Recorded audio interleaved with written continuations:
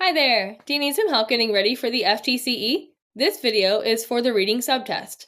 Knowledge of key ideas and details based on text selections of the FTCE General Knowledge Test. And the subtest code is 827. My name is Dani. I'm a certified K-8 teacher currently teaching 5th grade ELA. I'm also a test prep expert for Study.com. In this video, we'll go over testing strategies for 3 sample questions from this exam to help get you feeling confident for test day. Ready? Let's dig in. When the British Arctic expedition set sail from Portsmouth on May 29, 1875, the explorers hoped to reach the highest latitude and perhaps even approach the ever-elusive North Pole. It was believed that, should they successfully pass through Smith Sound between Greenland and Canada's Ellesmere Island, they would encounter an open polar sea, free from troublesome ice. With this primary goal, 3 steamships set out across the stormy Atlantic, only to immediately become separated by a violent cyclone, reconvening at Disco Bay on the western coast of Greenland some weeks later. Perhaps they could have interpreted this early inconvenience as a sign of the winter to come, or a warning that the Arctic waters are rarely kind. Regardless, the captains pressed on. Our question says, which of the following is an objective summary of this paragraph? An objective summary needs to recap the main ideas and events in a story. So it needs to tell who it's mainly about and what they're doing. So in our paragraph, who is it mainly about? It's about the British Arctic expedition. And what are they mainly doing? They're hoping to reach the highest latitude and perhaps even approach the ever-elusive North Pole. It even says later on that is their primary goal. Our options for the objective summary is that the British sent out an Arctic expedition in hopes of reaching a polar sea. Well, the paragraph does state that it's mainly about the British, and that they did send out an Arctic expedition in hopes of reaching a polar sea. That does tell us the main events in the story. Let's look at our other options. The second one says the British were keen on discovering and conquering more land. There's nothing in this paragraph about conquering more land. The third option says that the objective summary could have been that the British allowed citizens to partake in Arctic conquests. There's nothing about citizens partaking in the Arctic conquests. And our last option, the British did not show interest in any Arctic conquest. Well, the whole paragraph is about the British sending out an Arctic expedition in hopes of reaching a polar sea, so they were definitely interested. Since an objective summary of a story recaps the main ideas and events in the story, this short sentence that our first option gives us encapsulates the main summary of this short passage. It is the objective summary. On the streets of Lower Manhattan, in the early 19th century, the Nestor of American science, Dr. Samuel Latham Mitchell, 1764 to 1831, was the commonest of sights, going about in his blue coat, buff-colored vest, and buckled shoes. Though a conspicuously local figure, Dr. Mitchell was equally cosmopolitan. After the British occupied New York City, he had left his medical practice to study at the University of Edinburgh, where he rubbed elbows with such notables as Sir James Mackintosh, who would become the preeminent Scottish jurist, physician and anatomist Caspar Worcester, and Thomas Addis Emmet, Irish revolutionary and later American lawyer and politician. He was also a colleague of the leading philosophers of London and Paris. Perambulating the streets of Gotham, Dr. Mitchell's voracious curiosity treated his native city as inquisitively as if he were on a pioneering scientific expedition abroad. Our question is, what is the stereotype present in this passage? A stereotype is an oversimplified way of describing someone or something. So is the stereotype about the group of Mitchell's contemporaries? Let's look at how the passage describes them. It describes Sir James Mackintosh as the preeminent Scottish jurist. That's very specific. And Caspar Worcester was a physician and anatomist. That's also very specific. It's not an overgeneralized way of describing him.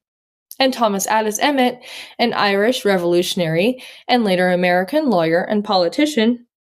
Again, not an oversimplified way to describe them. So the group of Mitchell's contemporaries were not presented in a stereotypical way. What about the British occupation of New York City?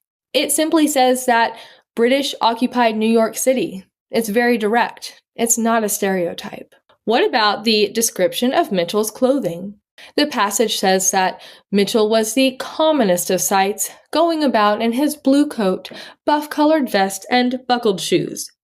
Well, the use of the word commonest is a pretty simplified and opinionated way of describing someone, so that sounds like a stereotype. What about Mitchell leaving his medical practice? The author just says that he left his medical practice to study at the University of Edinburgh. Again, very direct, not opinionated, not a stereotype.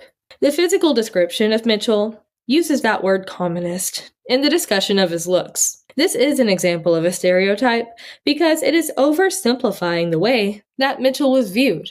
The description of Mitchell's clothing was a stereotype present in the passage. And here we have problem 3. It says, the magnificent civilization of Atlantis shattered and plunged beneath the sea in February 1882. Or, to be more precise, the eccentric American Ignatius Donnelly published Atlantis, the Antediluvian World, the first book of a trio that would highlight a series of imaginary catastrophes. The book, a rehash of Atlantis speculation, supported with flood myths from around the globe, was an instant success and has continued to draw readers over the decades. Newspaper reviews were laudatory.